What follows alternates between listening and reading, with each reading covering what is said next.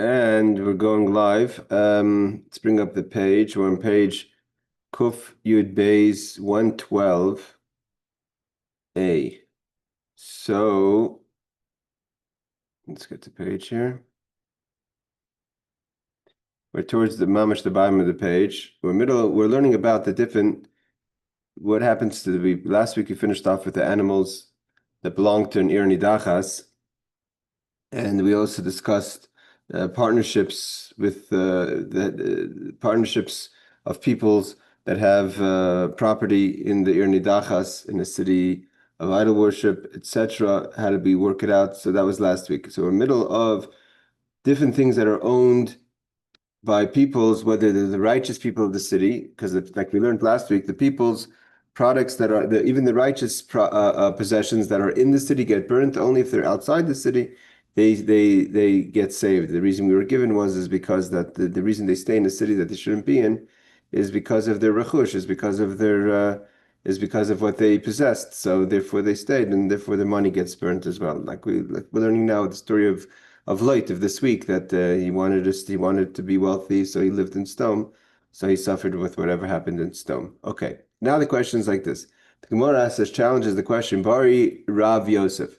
Rav Yosef asked the question, Seyar Noshim Tzidkaniyais Mahu. What do we do with the hair of the pious woman? So the women that belong to the families or the peoples that didn't serve idols in the Ir Hanidachas. So in general, like we said, even the righteous people, what does it mean righteous? The people that did not serve idols. So even though they didn't serve idols, their possessions get burnt with the rest of the possessions that are in the city. So the question is about the hair. What about the hair that belongs to the woman? Do they cut off the hair? Because there's a value there. Seemingly that's the question. And burn it with the rest of the possessions of the city. So the Gemara says, Amar Rava. Rava first, hey Barbara, we're holding 112a. So asking a question about the city, Ir Hanidachas is a city of idol worship. Does the hair of the righteous woman, does it get taken off? That's seemingly the question, and burnt with the rest of the possessions, because the righteous people's possessions in the city get burnt, and it could be the hair of the woman. Seemingly the question is something of value and should be considered like a possession. That's seemingly the question. So Amar Rava, but Rava wants to figure out the question. Why do you word this question?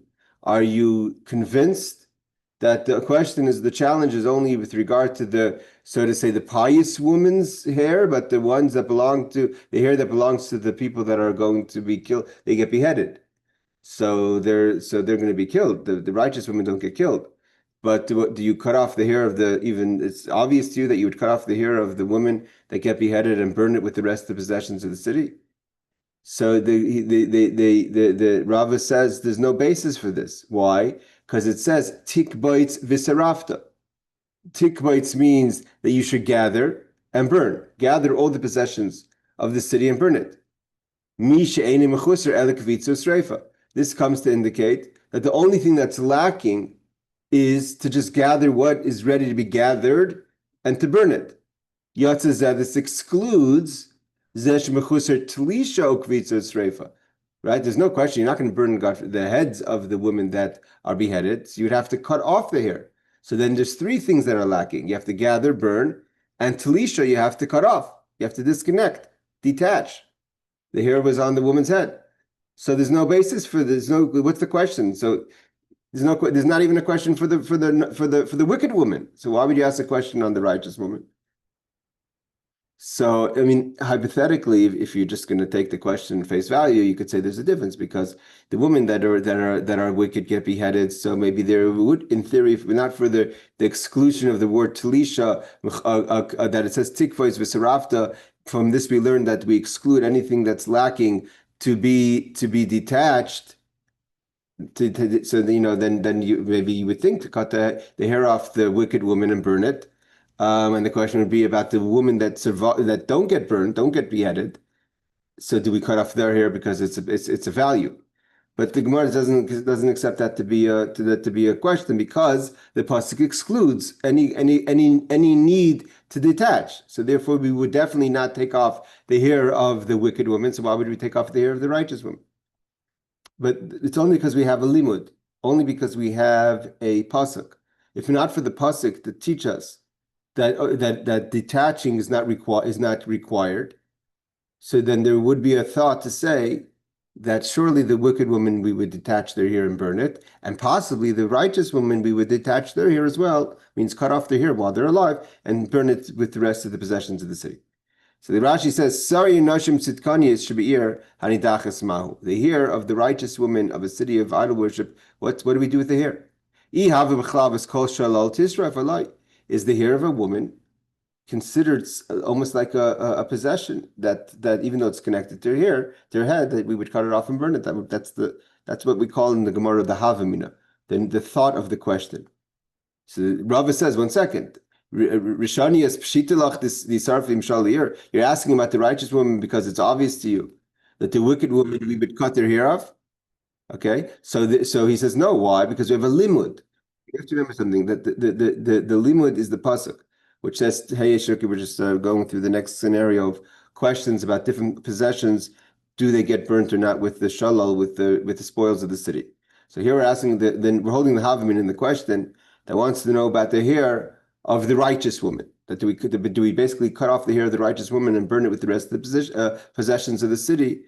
And Rava says, what do you mean? We have a pasuk, and the pasuk comes to teach us that only things that can be gathered without detaching. If you have to detach it, that's another, so to say, effort that you have to do, and the pasuk doesn't require you to detach something. Detach means that you leave something over, right? So you're leaving over the thing that you're detaching it from. We have the same ideas in a lot of places of Torah.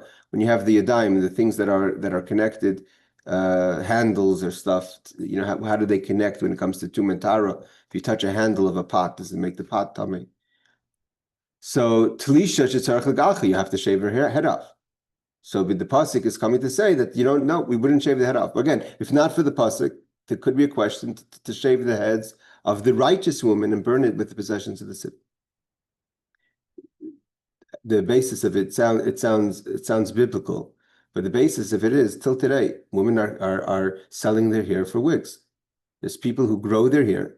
Some people do it as a charity. There's a lot of young girls that are giving their hair away to make wigs for cancer patients. That's something that I know a lot of teenager girls are doing. They're growing their hair very long and they cut it short and give it away to wig makers to make it for women who have cancer.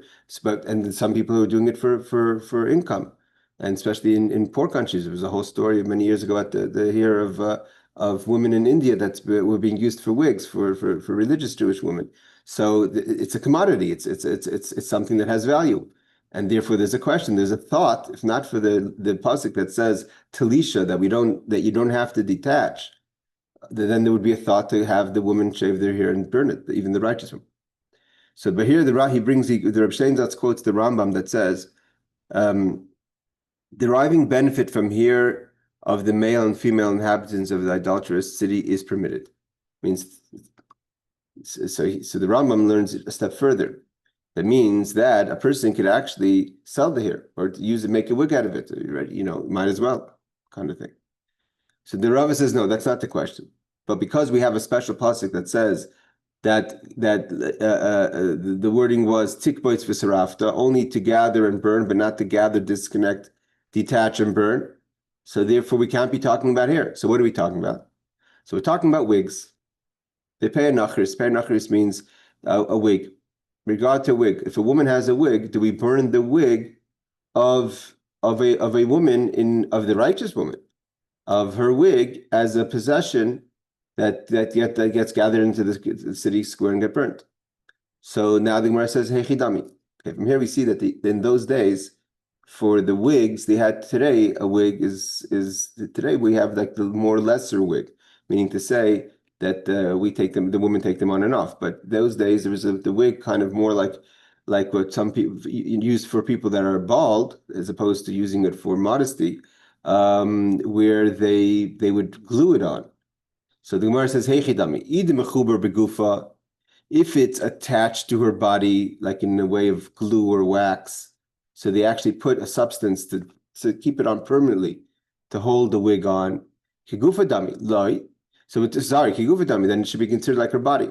So it's not a possession that gets gathered. Once it becomes glued onto the head, why would you think that we would take off the wig of the righteous woman and even surely the wicked woman who gets killed, who gets beheaded, to burn it as a possession of that gets taken into the city square to be burnt?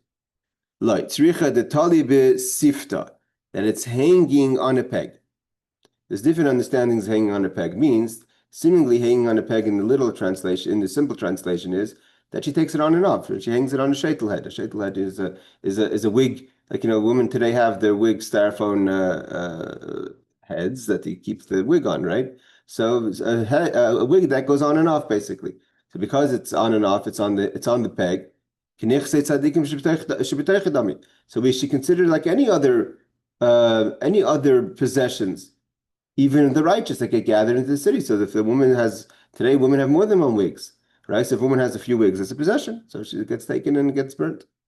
Or do we say, even the oile v'nafik k'levushidami tekel? The Gemara doesn't have an answer. The Gemara says maybe because she enters and exits with it. I mean, she's constantly putting it on and off. So it's like a garment. It's not a possession. And a garment we don't burn. We don't burn clothing. So the Gemara says tekel. Tekel means we don't know. Okay, so from the simple explanation of the Gemara, Hazy, is that that Rav understands again. If not for the pasuk of Telusha, so then there's a thought that surely for the wicked woman and possibly for the righteous woman, you would shave their heads. But we have a limud that teaches us that it has to be available. You don't have to detach it. And if you have to detach it, then that's not even a question. It doesn't get burnt. So even the wicked woman, based on the answer or the question of Rava and his limit of the pasuk, even the wicked woman's here, like the Rambam Paskins, he quotes the Rambam, is not considered something that's usher by no. It's forbidden to take benefit from, and it does not get gathered to the city to be burnt. However, I mean hypothetically, the hair of the woman that is from an Oved Avodah Zarah could be used as a wig. It doesn't say they can't, based on the Rambam. Is this the Rambam? Yeah, Rambam say from Hamada. Again, I don't know if anyone remembers, when was it, 10 years ago, when there was this whole thing about the women that were donating in India, they were donating their hair to Avodah Zarah. Similar idea, right? But in this case, we're talking about women who served idols. Do we shave off their heads? And we say no. But here we're talking about women that were donating or giving as I don't know, a way of sacrifice to the idols in India, to the churches that they had, and the church would sell the hair for business. So there was this whole uproar, and women were burning their shaitels here in Jerusalem. They're making, Lag BaOmer bonfires about it. But that's different because the actual hair was being given as a gift, what have you, to the idol worship. So, but here we're talking about a woman who served idols. Do we detach her hair and burn it? And the halacha that the Ram Paskin is that you can take benefit from it. Okay. Doesn't have to be burnt. But the answer, but the wig itself that a woman has from the wicked women gets burnt, seemingly. And the question is about the righteous woman. Because Nachris, Godil shows Cyrus the Alma Sha'oisin Lenoi. Means you have the hair that is made for beauty. Coming by the Rav Yosef, Im Shatzit Kanisayu, if they were from the righteous, do they have to burn it or not? Again, there's Nayui, there's other commentaries we're going to see in a second. There's Nayui, there's for beauty, and then there's also for cosmetics, meaning if a Nayui means to say like, hair extensions or for beauty, or in the case of religious women so they could walk outside covering with, hair as opposed to having a kerchief. But there's also women who wear, unfortunately, if they're going bald, etc. And that's where the question comes in. So the Gemara says, if it's mechuber begufa sheni kasher ba, that you tie it down to the body, kigufa dami, so then it's like part of her body. Just like we don't burn the clothing, because they're from the righteous. So we shouldn't grow this shaitel, this wig, because it's like a clothing. It's if they put it on properly, meaning they put it on. We'll see. Some commentaries say literally they would use wax, etc. So it says no, that's for sure not. The ones that are mamish attached to the head, not. The question is the tali b'sifta. If it's hanging on a peg, tali aiseg deal b'yased v'ein kaishin ra'achshav. It's not tied on now. Seemingly to say that that they would when she would put it on, she would put it on with a strong substance, but right now it's not. Even the because she puts it on all the time. Again, seeming from Rashi is we're talking about a wig that gets put on all the time in a way with like a glue or a wax. So even though now it's not on, she didn't put it on properly. It still be considered as a garment. The kol shaita da'ata aleh ukashar malvushim dami. It should be considered because she's always taking it on and off like any other kind of clothing. So clothing don't get burned, so too the wig shouldn't get burned. Okay, this is what Rashi learns to understand the story of the wig. The other commentaries, hey Danny, the Aruch writes that it's not talking about ibnoi. Noi means like to beautify, like an extra kind of like a kind of a beauty garment, but it's a woman, isha she'ein la rav seir, a woman who's losing her hair. Like so she would take hair from other people. Masima al roisha. And she would add it, like almost, we're not talking about implants, but what would be equivalent to implants of those days. Shnira Kamaishu Saira, the idea is that it should look as it's her hair. But the Yad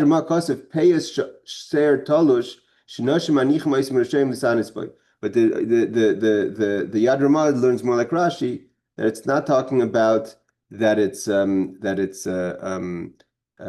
for like an implant of those days, but it's more like hana, something of beauty. So what does it mean, the mechuber begufa? So that's connected to her head. So he writes from the Yad Ramah again,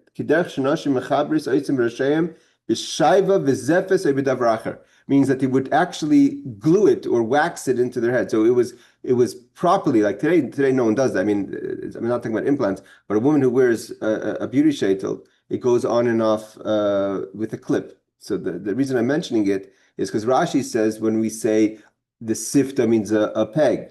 But other commentaries, we're talking about, no, it's on her head. It says the Emek She'ela says that it's called a sifta with a pay, which means, the Yad Ramah says that the peya is on her head. Means the wig is on her head in both cases. The question is if she connects it with glue or wax, or does she have a clip?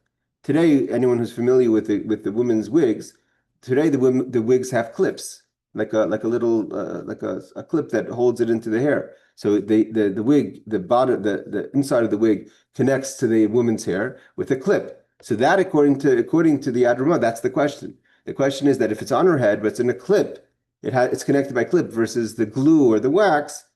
So maybe that's not a proper connection. So we kind of have different ideas of what this means, whether it's a beauty product, like the Aruch says, that they would actually glue the hair in, not like a beauty, it was a kind of hair implant of those days. So that would be the question. They would say no, because it's part of her body. Or are we talking about a wig that comes on and off, whether with glue or whether with a clip? Okay. So let's see what Rabbi Steinsaltz says on this subject here. Deriving benefit from a wig belonging to an inhabitant of the idolatrous city is forbidden. So here this is the idea of burning the wigs. It means if the wig itself belonged to an inhabitant of the idolatrous city, it means if she had a wig, as opposed to before the law that he said from the Rambam was, he quoted the Rambam about the hair belonging to a woman from an idolatrous city. But here we're talking about a wig, means that she owned the wig. Although the dilemma raised in the Gemara is not resolved, we don't resolve it. It says Teiku. It is forbidden based on the principle that every unresolved dilemma with regard to a prohibition by Torah law, meaning biblical, as opposed to rabbinic, the ruling is stringent, and therefore the Rambam says the wigs belonging to women of an idol worshipping city is forbidden, and therefore I guess that's the basis of what I said before. A few years ago, they were burning the wigs that came out of India. Okay. The Tali Besivta, some explain that when the Gemara speaks of a wig attached to her body, the reference is to a wig that was attached by means of wax and the like, meaning like almost glued down. When the Gemara speaks of a wig hanging on a peg, it's referring to a wig tied to a small peg that is fastened behind her ears, like I said, like the clips that they would put in, which till today, that's pretty much how the sheitel is being used. Again, it could be, I'm wrong, it could be, I'm not familiar with how it's being used for cancer patients. I just know my wife has a wig, my mother has a wig, so it's something I grew up with. But it could be for cancer patients, they do actually attach it much better than they do, let's say, with the woman that has hair. Okay. The Gemara continues.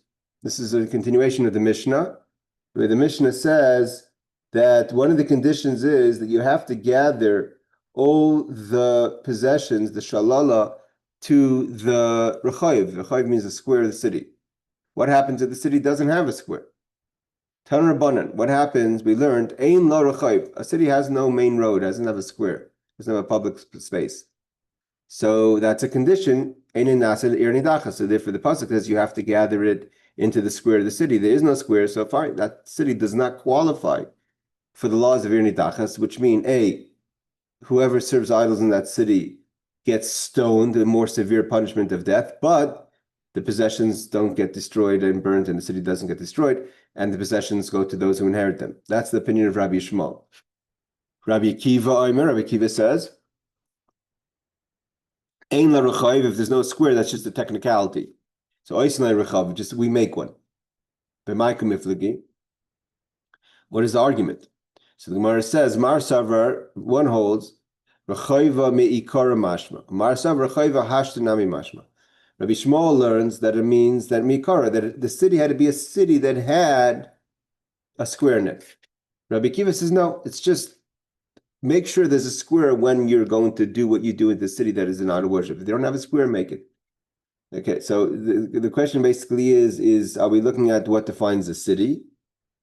Means the city, if it doesn't have a square, it's not really a city, or if it's mamish, just a technicality that you have to gather everything in the center of the city, so you make a center. That's Rabbi Akiva learns. Okay, Rashi says, you have to have a square initially in the city, before the whole story happened. It's not, you can't just decide that everyone in the city had all the qualifications of a city of idol worship.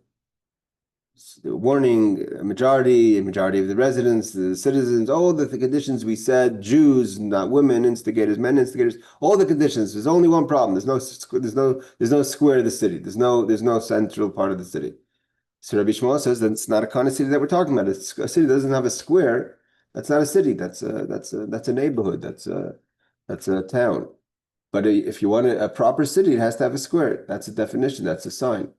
So if there's when I was with my grandfather and we were traveling through Europe right after the fall of communism, he went on a family trip, meaning he was going back to his roots. He came from Hungary. So we came from the city that he went, the city called Betarch, which is maybe, 20 minutes from Satmar. In Hungary, it was mamash a tiny city like that. It didn't have a square.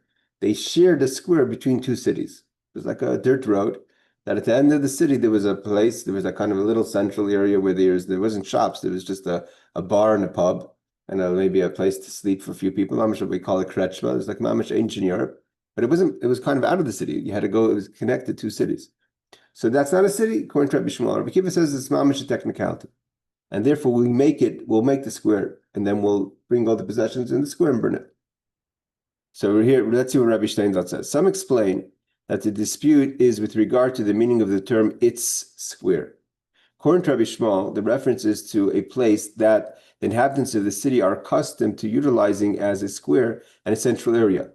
Kind of, you have to remember, we spoke a few times that there's the idea of an idol city is not just dry technicalities of who instigates, how many people get instigated, is a majority, minority.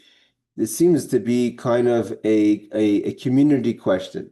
How do we look at a community that's a communal kind of community situation that go into idol worship, and what do we want? How do we want to behave with such a city, right? How do we want to deal with such a city that the politics and the narrative of the city is around idol worship, is around negativity?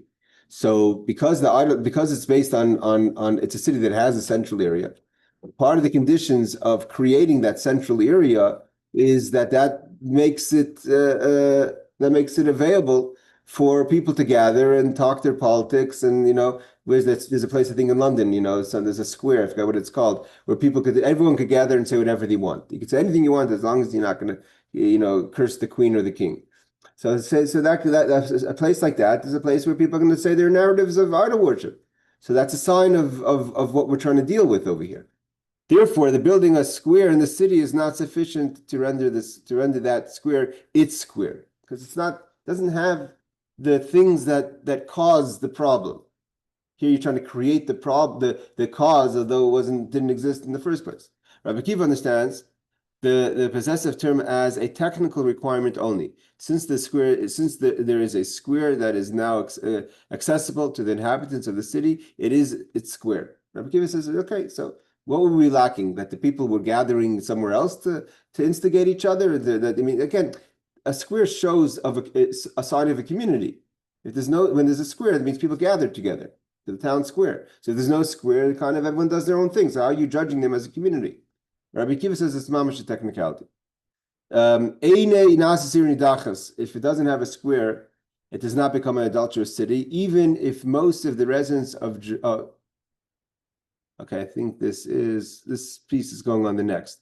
But so we might as well learn it because we have to go to the next. Talking about Yerushalayim. Yerushalayim does not become a city of an Ir Hanidachas. It's not rendered as adulterous city according to the Rambam. The reason is because we're going to see now in the Talmud that Yerushalayim it has to be a city that belongs to the tribes, not a city that belongs to all the tribes. It has to belong to a specific tribe, which is one of the conditions we learned in the Mishnah. Okay, let's again, that piece didn't belong where it was. It belongs after this piece of Gemara right here. Okay, this is a continuation of the Mishnah. The Mishnah says, what about the things that are hegdish? Every city has things that are not private. They belong to the temple, or they belong to hegdish is from the word kaddish. They're sanctified. So what do we do with those things? So we're going to have to figure out what is the question. So the Gemara just says the hegdesha sheba yipadu, the things that are set aside for temple use have to get redeemed. Means you don't burn it, you don't use it, it gets redeemed, and the monies go back to the value. We'll see in a second. Tana Rabbanan, our rabbis have learned. Okay, so now we're going to go into this question about what do we do with the things of hegdish, things that belong to the temple or holy possessions. How do we deal with it in a city? Because we said we gather in all the shalom, all the spoils get gathered and burnt. So what do we do with the spoils especially we include in that things that belong to righteous people? So the Gemara says, Tan Rabbanan, rabbis have learned. We know there's different levels of things that are sanctified for the temple. There's sacrifices that are called Kache Kedashim, holy of holies. We'll see the definition. Rabbi Steinsaltz is going to define what that means. And we have Kache Mizbeach, things that are just sanctified for the altar, but parts of it get used for the person who's giving it. It means that you have certain sacrifices that only parts get burnt, but the rest the owners eat. You have Kache Kedashim that either get totally consumed, like an oila, or that get only eaten by the priest, like a chatas sacrifice, a sin sacrifice. The owner, the person who gives it, doesn't have any physical benefit, but the kohanim, the priest, eat it. Doesn't get totally consumed on the altar, but still called kachi kedashim. Kachi mizbeach means there's parts of it that go to the altar, and there's parts that get eaten by the person, like a shlamim or Passover. So the person who gives it, they eat most of the meat as part of the korban. So what do we do with kachi kedashim, kachi mizbeach yamusu? They have to be put to death. It means you can't redeem them and you can't burn them, so they separately get put to death because that's the only way to deal with them. We'll see in a second.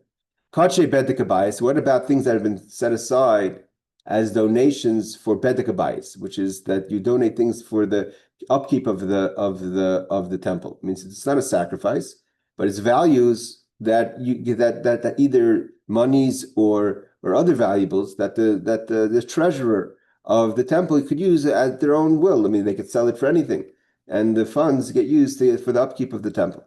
So those things are not sanctified and dedicated to the altar.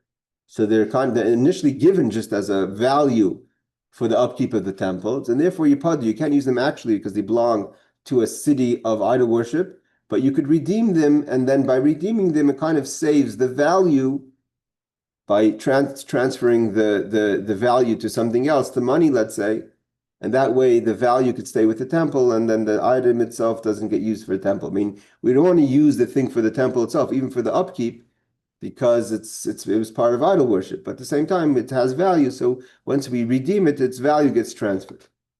What about trumais?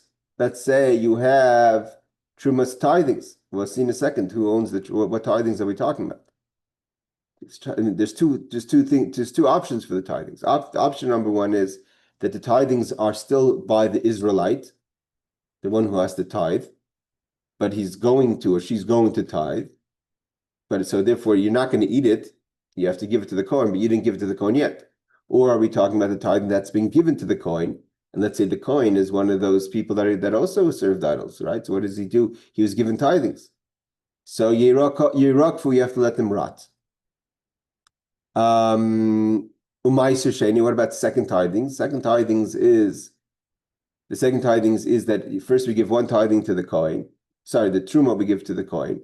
Then we give Meiser 1/10, which goes to the Levite, in let's say in the way it should be properly, until Ezra kind of took that away from them.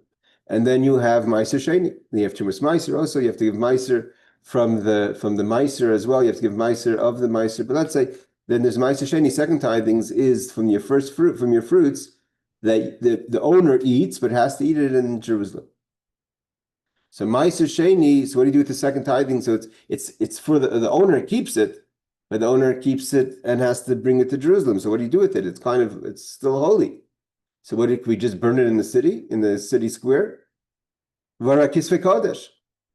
Let's say someone who is one of the idol worshippers owned tefillin or owned holy books. What did we do with them? You take them as part of the shalal, as part of the spoils, and put it in the city square and burn it.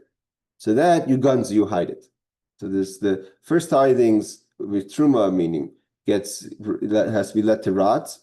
Meiser Sheni goes into be with the holy articles, gets buried.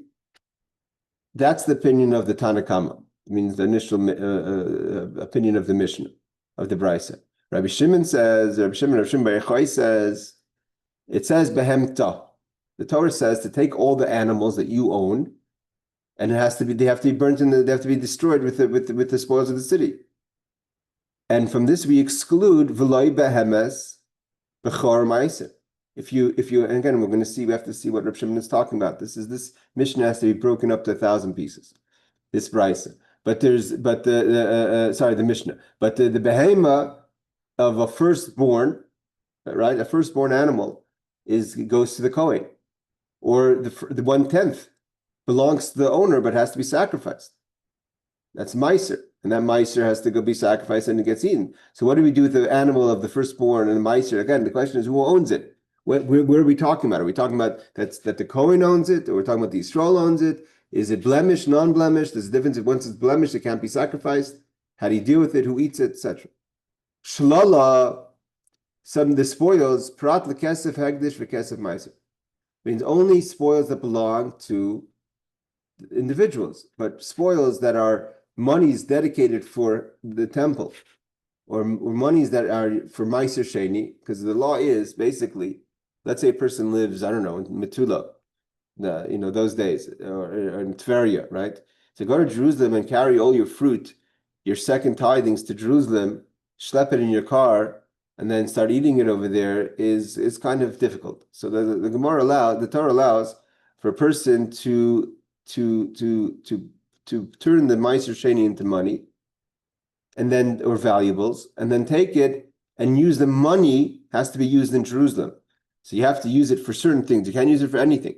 You have to use it for certain foods in Jerusalem. But it saves you the idea of taking your actual fruit and schlepping it to Jerusalem. You could put it into money and then use the money in Jerusalem. Again, there's a person over here. He's one of the founders of Skype, and the initial founders of Skype. He's a Baal Tshuva, lives in Jerusalem, kind of in Jerusalem, and he's very into the monies that Jerusalem is getting when Mashiach comes, hopefully speedily in our time, when all these things happen again, second tithing, sacrifices. Jerusalem is going to be a bustling city that's going to need to be able to first have place for people to come in and out of to do things they have to do in Jerusalem and the temple. And second, there's going to be a huge economy of animals, foods, right? If someone comes in with $50,000 of second tithings, he or she's going to have to be able to spend it. There's going to have to be a tremendous amount of available foods and things to use your money on. So he has this big belief of the industry that's going to happen when Mashiach comes, and all the nations are going to come to Jerusalem. How Jerusalem is going to turn into such a huge city of commerce. He's talking about, dollars and cents, not just the spirituality of Jerusalem. He's talking about the monies in Jerusalem, and he invested in that. He bought a whole bunch of hotels, etc. Okay. Rashi says, what about if the city of idol city, the idol worship city, has things that were pre-designated to the altar? For instance, what's considered a kachim mizbeach? He says oilos, sacrifices that are totally consumed. So Rashi learns, what are we talking about? We're talking about the sacrifices, or the ashram. Ashram is a sin sacrifice for the wicked people that are in the city. So they're going to be killed and their possessions gets destroyed. We said that the verse says that the animals belonging to the wicked have to be killed by a sword. But this is not their animals. It's already been designated to the temple. This belongs to heaven. Yes, it's connected to the person, but you can't just say that it gets the same treatment as the rest of their cattle. At the same time, it's disgusting to sacrifice it, because they're wicked people who collectively, publicly served idols. So the Torah, the Mizbeach is not interested in their sacrifices. So what do we do with animals? Halal that these people that were pushed aside. From Rashi, it seems that there's no question about the animals that belong to the righteous. The righteous' possessions that are in the city gets destroyed. But if it's already designated to this temple, according to Rashi, there's nothing wrong with sacrificing their sacrifices. I mean, you could say that they lived in a neighborhood they shouldn't be living in, but you can't call it mi'isusa. It's disgusting, and they're rishayim, etc. They're going to quote a pasuk that zevach rishayim ta'eva, the sacrifice of the wicked is an abomination. This is not talking. They're not wicked. They're people that live. They're the minority that didn't serve idols. So Rashi seems to say that the question over here is only about the sacrifices of the wicked that get killed. Hilchach yamusu. So therefore, there's nothing you could do. You can't sacrifice them, and you can't kill them like you would kill the rest of the cattle. So you musin, you let them die. What does it mean you let them die? So here it's kind of controversial what Rashi says based on other commentaries. Rashi says that they get treated like there's a certain, we've learned this before in Sanhedrin, that we have the 4 death penalties. We have Misa Midei Shemayim.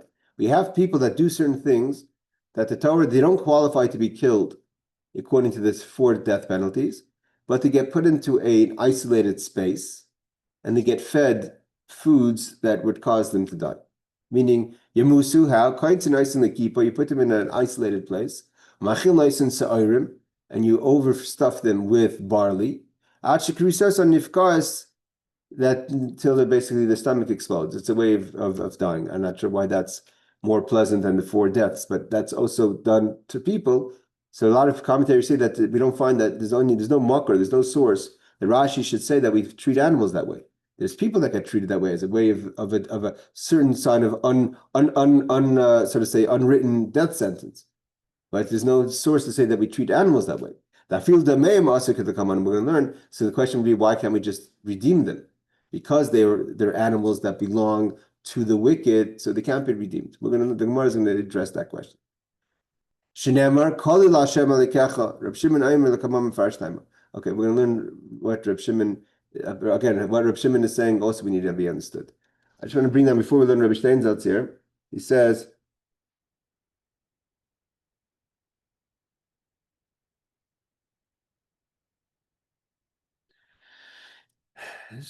according to the Rashash, I'm not sure how the Rashash argues in Rashi, he's in Nachron, he says, the Rashash says that that there's no makar, there's no source where Rashi says to feed them the barley and that they should, because it's kind of feeding them death, as opposed to the Rashash says, he agrees, the Gemara says they die, but that you just get starved. So I'm not sure which is worse, starved to death or fed barley to death, but either one, the Rashi says they get fed the barley, and the Rashash says they just get starved to death. And we find that again, it's not about our animal cruelty, but there's certain sacrifices that if they can't get sacrificed, not just the Ir Hanidachas, that the animals get held in a situation where they're starved to death. Okay. Oh, sorry, I missed that. There's a question here in the chat. So Z quoted about the place where you could speak your opinions in London. All right. So Rashi says like this: Kachim mizbeach musu. Since it's prohibited to wound an animal, consecrated for the altar, you can't wound it, because if you wound it, then you're disqualified for the altar. You're not allowed to intentionally wound an animal. And to cause it to become blemished, its death is caused by confining it to a room and depriving it of food. So Rashi, the Reb Steinsaltz, doesn't take Rashi's opinion, he takes the Rashash's opinion that it gets deprived of food, nice way of saying starved, as opposed to being fed the barley. So Reb Shimon says that when it says behemta, not the behema, we're going to see the Gemara has to explain. But first he's going to explain what is a bechor and what is meiser. What does it mean, an animal of the firstborn and an animal of the tithings?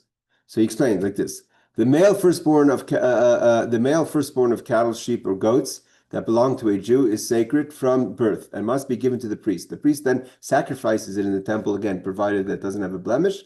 And the priest and their family may partake in the flesh. So that goes to the priest. He has to sacrifice it.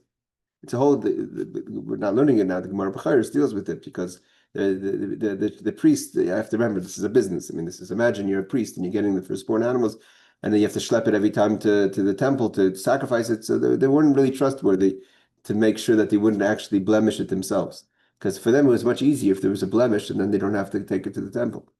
If a firstborn animal becomes blemished and is qualified for sacrifice, it may be slaughtered and eaten like any other non-sacred kosher animal. With one difference, it still has to be given to the priest. So the priest gets the firstborn anyways. The difference if it's blemished, then it's just his possession. You could slaughter it, but it's not sacred, but it belongs to the priest. So that's the firstborn. We're going to see the significance of the blemish or not, because it comes back into what Reb Shimon's talking about. Is the animal that we're talking about in the city of Ir Hanidachas, we're talking about a blemished firstborn or a non-blemished firstborn, etc. But first we have to know what we're dealing with as far as the law goes. What is ma'aser behema, animal tithe? On 3 occasions each year, the owner of a herd of kosher animals was required to gather all the animals born during the preceding period into an enclosure. There's the whole idea of meiser. There's a whole system that is all the laws. They get in the closure. They go out 1, 2, 3, 4, 5, 6, 7, 8, 9, 10. You hit the 10th one with the marking, and that's tithing. Okay.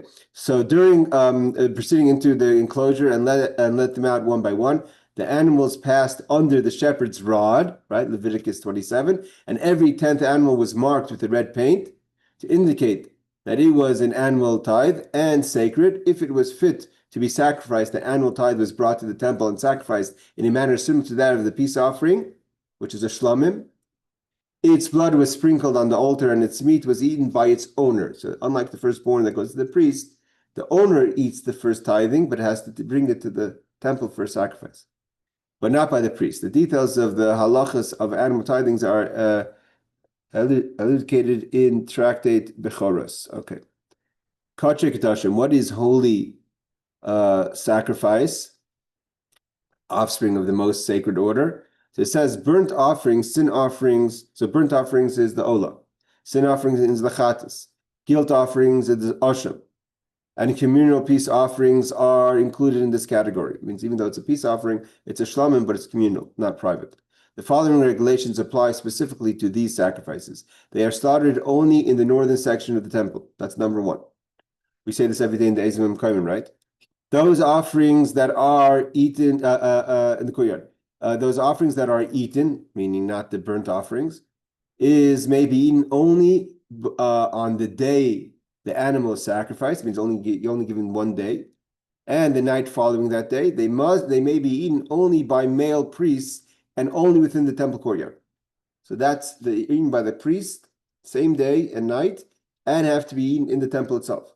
The prohibition against misuse of consecrated property applies to these offerings from the moment they are consecrated. As soon as you make them hegdish, they no longer belong to the person. Once their blood is sprinkled on the altar, the prohibition against misappropriation continues to apply to the portions of the offering that are not that are to be consumed on offerings that are to be consumed on the altar, but not the portions of the offering that are to be eaten. Okay. So the question is, how long does the hegdish stay on what parts of the animal? Okay, let's go a little further. Amar Mar, we learned before. If the city has in it kachim, which we just described, best kachim means the most sacred. That means that if it's eaten only in the temple, only by the male priests, etc., only for one day. Some of them don't get eaten at all, which is the burnt offerings, the olah. So kachim is be'echin musa, and if it's just for if it's things that are designated for the altar, meaning which we're going to learn. I'm not sure why he didn't describe what it is, but it's anything that's not included in list number 1 gets put to death. And we said yemusa means, according to Rashi, put into a confined space and fed barley, and others say just starved. Okay, but my yemusu. So the Gemara says, why should they be put to death? What did they do wrong? They don't belong to a person. Yiru ad sheista'avu v'yimkru v'yikol d'meil l'nedava. Let them sit and pasture until they get a blemish, and means they're unfit for the offering anymore. So you're not putting an offer. You're not offering a wicked person's offering on the altar because it's not going to be offered because it's no longer qualified. Sell it, so now changes ownership, and the money could go as a donation to the temple, and then they can use it for different things. They can use it as to buy other sacrifices or to upkeep. So the Gemara has an argument now between Rabbi Yochanan and Shlakish. Why do we have to put to death these animals as opposed to letting them pasture until they become disqualified? If you leave an animal long enough that was also part of the question. You had to check that you didn't trust the Kohen. The Kohen would feed it foods or put it in places where they could say, we didn't do anything. The goat ripped its lip because it was trying to eat from sharp thorns. So there's differences if you put the animal in a situation, that animal is surely going to be blemished, or even most animals, you leave it long enough, it's going to get a blemish. So Rabbi Yochanan says, or it becomes disqualified for other reasons. Age could be a disqualification. So Rabbi Yochanan says, Zevach Rishayim Te'eva. That this is the question is, why is it still considered a Zevach Rishayim once it's redeemed? Rabbi Yochanan says it's still considered the sacrifice of the wicked, and there's a verse that says that the sacrifice of the wicked is an abomination, and therefore we can't even benefit from its value, from its money. Rish Lakish says, Mamim Bailamhu. It remains the money of the person who donates it. And we just said all the property of what's donated has to be destroyed. You can't destroy it in the way you destroy other animals or possessions because it's been sanctified. So we have to destroy it in another way. But it's considered Mam and Bailam. Therefore, it's the money of the Bailam, and you can't use it. Because the money of the Bailam, the money of the owners of the wicked, have to be destroyed. Again, the Gemara hasn't explained why we're only talking about the wicked. Okay. And the point is that what makes it it's still an ownership by the person who donates it is if we're talking about the type of sacrifice, something that was sanctified for the temple, that you are obligated to take responsibility for. Sometimes we have certain sacrifices or donations you give to the temple that if something goes wrong, you have to replace it. So as long as the fact that you have responsibility, you have an achrayus, shows that you still have an ownership in it, right? This applies to a lot of things. For instance, when they would collect the half coins, at what point does the person who gave the half coin still have a responsibility if the money gets stolen or lost on the way to the temple? They have collectors would collect it. What happens means at what point does a person, when you donate something, no longer responsible for how it works out? So we're talking about a kind of sanctification that you have achrayus, you have responsibility, and that responsibility is an indication of your ownership, and therefore it can't be even sold or redeemed after it comes disqualified, and the money is being used for the upkeep of the temple because your ownership is still involved. And Rabbi Yochanan says differently. It's not because you have ownership. He still calls it an abomination because it started from you as a wicked person. Reb Shimoni, this is according to Reb Shimon, the Amar, Mam and Bailu. And a case where you have a responsibility to the prophet, to the sacrifice, Reb Shimon says, again, we're going to have to see how this works with the Reb Shimon of the Mishnah, but Reb Shimon says that there's a responsibility and that's considered Mam and Bailu. It's the money of the person who donates the sanctification. And in this case, the person who donated it, although it's already been designated for the temple or for the altar, for the altar, either kachim kedashim or just kachim mizbeach. Nevertheless, the fact that you're responsible for it means you have an ownership in it, and therefore you can't sell it. It's your money, and your money has to be destroyed because you're a person of the person who we're talking about in question is a person that was one of the wicked who served idols in the city of we're talking about only Ir Hanidachas. If this would be a private person who served idols, anyways, their property goes to the Yarshim, so it wouldn't make a difference if it was sanctified, it would go to the temple. If it gets sacrificed is another question. Okay. Zevach Rishayim Te'eva, fil Demei Maser. And therefore Rabbi Yochanan says, even the monies is an abomination. And therefore, even if you were to redeem it and use the money, because its origin is from the person who's a wicked person who served idols in a public setting, so to say, in an Ir Hanidachas, in a city of idol worship. So we don't want anything to do with it. As long, no matter how many times he's trying to whitewash it, because its origin is from this wicked person, it's an abomination. That's the opinion of Rabbi Yochanan. Reb Shimon the Omer Ba'azav, Reb Shimon says that if a person has responsibility, Hazav is a Perek in Baba Mitzio, that that if there is something that you designate to the temple and you are responsible if something goes wrong, Mammon Bailamu, Reb Shimon says that means the fact that the responsibility is an indication that the money still belongs to the person who's giving it. And there's halacha means it applies to the laws of oina, meaning when you have overcharging or undercharging, etc. It's hilkach le'inin Ir Hanidachas namimam. And therefore, when it comes to the question of the city of idol worship, it's also considered their money, and therefore you can't use it. It's a value that you can't use for the temple. Meaning to say, Reish Lakish argues Rabbi Yochanan not to say that it's a question of an abomination. It's pashat your money, and the monies of the people who worshipped idols is has to be destroyed. And it says it has to be destroyed by the sword. Kasharbeim is like any animal. Therefore, the money is also prohibited and value. So if that's the case, why don't we just kill all the animals? Like we would kill why don't we kill the sacrifices, the animals that have been designated for sacrifice, like you kill the rest of the animal if you're saying it's the money of the Bailam. We can't. Just because they've been designated, we're talking about it's been designated before the verdict, because they've been designated for heaven, and it's not respectful to treat something that's been designated for the temple like you treat the rest of the animals, so they get killed in another way. They don't get destroyed by sword in a public setting like you destroy the shalol, the spoils of the city. But it belongs to the owner, and therefore it can't be used in any way or form for the sacrifice for the temple. This is not an easy Gemara. So let's go a little further. So we quoted Reb Shimon, that Reb Shimon says that Mammon Bailim. Therefore, what does that mean? That any sacrifice, according to Reb Shimon, if you have a chrayas, if you have responsibility, belongs to the owner, and therefore it has to, like Rashi says, it has to be destroyed. Technically, it should be destroyed like anything else you own, but as in respect to heaven, we destroyed something else. But if you remember the beginning of the Mishnah, Reb Shimon the Bechlal argues. Reb Shimon says that the Behemta is only coming to exclude Bechar Ma'aser, and Shalal and spoils is coming to exclude monies of Hegdish and Ma'aser. So how does what's Reb Shimon have to do with what we just said before? That he quoted it saying that that monies belong to the owner.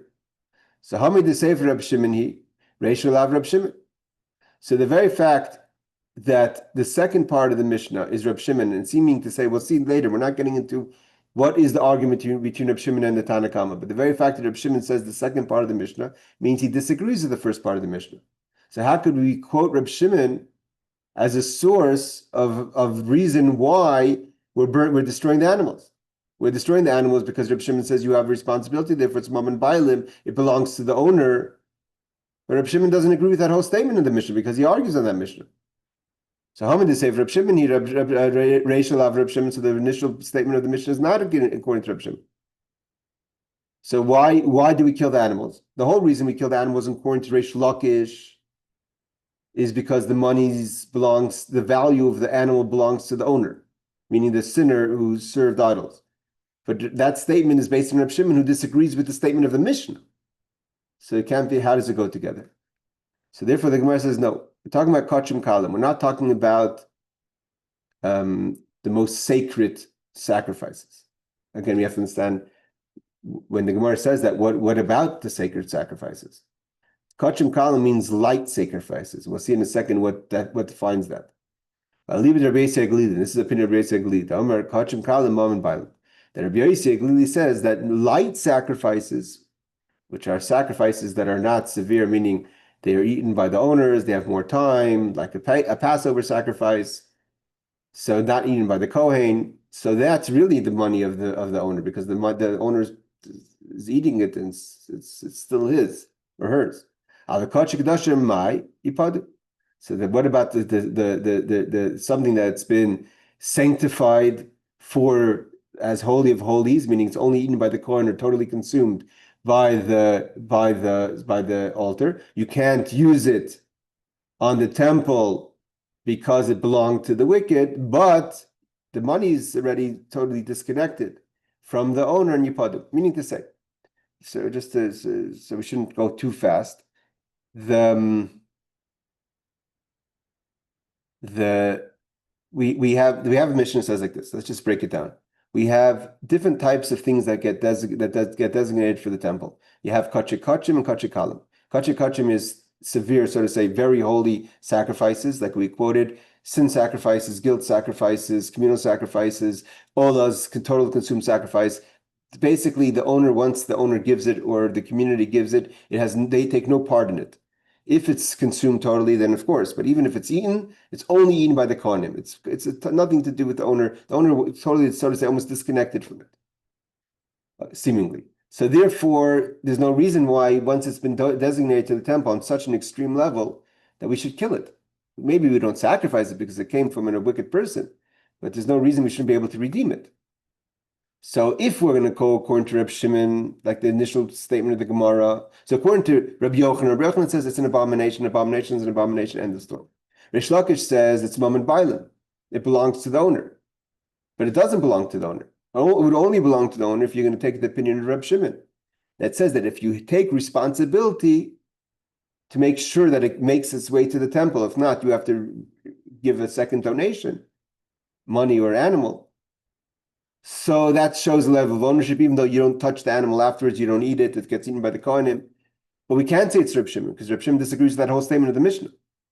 So therefore, we have to fall back on Rabbi Yossi Glili, who doesn't agree with Reb Shimon that holy of holy sacrifices, so to say, you have a responsibility it's considered mammon bailim, money of the giver, so to say, of the person who donates it, even if you have responsibility. So the mission, what's the mission talking about? It's talking about light sacrifices that the owner eats, etc. And so the light sacrifices, that's surely mammon, that's the money of the giver, so to say. All right, let's see what Rashi says, and we'll learn the Reb Steinsaltz, and we're in the middle of the sentence. We will stop and continue next week. Okay. So Rashi says, Rabbi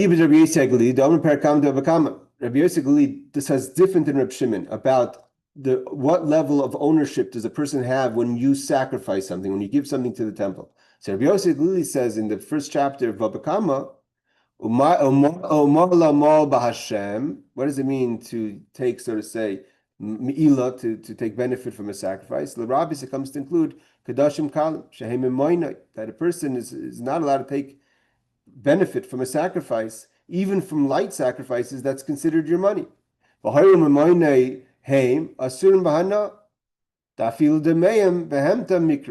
So because it's your money, and now we're going back to this case of the Ir Hanidachas, the city of idol worship, you donated, let's say, a Passover sacrifice, and that's considered a light sacrifice, and it's your money. It's considered according to basically, so you can't sacrifice it. So therefore, it has to be, and it's considered your sacrifice, your animal, and if it's your animal, it has to be destroyed. The only thing is, as respect to heaven, we destroy it in a more respectful way, let's say. Avakache Kedashim, it's something that's totally sanctified. Amai Yiru, the Havadi Heim Atzim Einen Kraven, the Zevach Hashem Tev. I mean, even Rish Lakish agrees you can't sacrifice it. Means the question of the argument, we're going to see the Gemara is going to ask the argument to Rish Lakish and Rabbi Yochanan. But from Rashi here we see that according to Rabbi Yochanan, even Rish Lakish agrees to actually sacrifice the animal that was donated, even if he gave it as an oila, total holy of holy sacrifice, meaning it's totally given over to the temple, you have no ownership in it, it's still considered an abomination to sacrifice it. But you have no ownership in it, so why should we kill it? Eliyiru, you let it pasture, achi stavu, until it becomes disqualified for whatever reason. V'yimchru, and then you could sell the animal because now it changes ownership, and the temple retains the value. V'yipul d'meibel nedava, and then it gets whitewashed, so to say, through the donation, and now the value would stay with the temple, but we wouldn't sacrifice it because it could be considered an abomination. Okay, let's just finish this with Reb Steinsaltz, and we have to remember what we learned now, because we're going to be in continuation on that statement from next week when we continue. But let's just define what is Kedoshim Kalim, what is lesser sanctity. So this category includes the various types of individual peace offerings. So a peace offering is a shlamim that was given by an individual. Before we said a communal is considered kachim. The thanks offering, a toda, the Nazareth ram, the male firstborn of a kosher animal, means that when the Kohen gives it, that's considered kachim kalim, even though, let's say, it stays unblemished, and the Kohen brings it to be sacrificed. It's not just because a Kohen is eating it. It's not the same kind of Kohen that's eating it with the same restrictions as the holy sacrifices that have to be eaten on one day in the temple courtyard. Animal tithes, which is the ma'aser we talked about before. Paschal lamb. These offerings may be slaughtered anywhere in the temple, so it's not in the north part of the temple courtyard. The time permitted for consumption of the meat varies between offerings, but it's more time given than, say, the 24 hours. They may be eaten by the priest as well as by their wives, children, and servants, so not just the male priest, and the exception of the offerings of the firstborn animal by the people bringing the sacrifice. So parts of it go to the priests and their extended family and servants and their interests, and part of it goes to the owner. And any ritual pure circumcised individual that they invite. So you can invite, you don't have to just be the owner. As long as you're not an orel, you're not uncircumcised. So when we're talking about servants, we're talking about circumcised servants. So then you could eat from the sacrifice. One is not required to partake of them in the temple courtyard. Again, it doesn't get eaten in the temple, but they must be eaten within the walls of Jerusalem. So there's more space. Again, this person who's invested in Mashiach, and I want to invested in the times of Mashiach, Mashiach, so was telling me about the animals. There's going to be so many animals, and where are you going to cook the animal, right? We talk about it like, so someone brings a sacrifice, and they give them 40 pounds of meat. So they go, make a party. What are you going to do? What are you doing with 40 pounds of meat? So there are people obviously to service them. You went to the restaurants didn't have their own meat. You came to the restaurant with your meat. You bring your own bottle of wine, and the restaurant prepared a whole dish and a service and a meal, etc. The prohibition against the misuse of consecrated property applies only to those portions of the offering consumed on the altar, and only after the blood has been sprinkled on the altar. Okay, let's stop here, and we will continue with this line of learning next week. Again, we're getting closer to the end. Hopefully, in the next few weeks, we will finish Sanhedrin and figure out how we're going to make a siyum. Yashkoach, everyone. Thank you for joining. Thank you, Rabbi.